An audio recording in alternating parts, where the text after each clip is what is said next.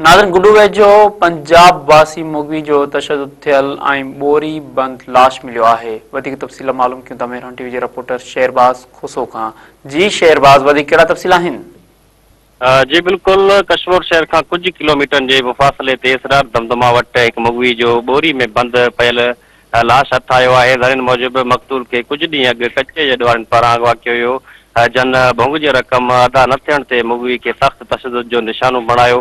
सख़्तु तशद्दुद खां पोइ जेका मुगवी आहे उहा क़तल थी वियो आहे। मुगवी जी सुञाणप पंजाब जे इलाइक़े गुजराण वारा तालुक़ सां आहे। बशीर अहमद जेको आहे सो हुनजो नालो आहे ऐं हुनजो जेको पीउ जो नालो आहे उहो औरंगज़ेब आहे। वाक़े जी इतला मिलण ते गियलपुर पुलिस वाक़े वारे हंधि पहुची लाश खे पंहिंजे तहवील में वठी सिविल अस्पताल कश्मीर मुंतकिल कियो आहे। हिते ज़रूरी कार्रवाई बाद जेको आहे सो मुगवी जो लाश वारसनि हवाले कयो वेंदो ऐं राब्ते करण ते सॼो गियलपुर ॿुधायो त जेके मुगवी जा वारिस आहिनि उहे उतां निकिरी चुका आहिनि। जेको कुझु ई कलाकनि में हिते कश्मीर सिविल अस्पताल पहुचंदा, जेको मुगवी जो लाश खणी करे पंहिंजे अबाणे ॻोठ तरफ़ रवाना थींदा। मां खे इहो बि ॿुधाईंदो हलां त हीउ जेको मुगवी आहे ऐं जे भाउ सां जॾहिं असांजी टेलीफोन ते ॻाल्हि ॿोल थी आहे त हुनजो इहो चवणु आहे त कचे जे ॾारनि पारां 18 ॾींहं अॻु मुगवी बशीर अहमद खे कचे जे इलाइक़े में घुराए करे इहो ॾुआरनि मुतालबो कयो। ॾुआरनि जो डिमांड हो त असांखे जेको आहे सो 1 करोड़ रुपया नक़दी रक़म भुंग तौर ॾियो ऐं 2 आईफोन 2 सोन जूं मुंडियूं ॾियो।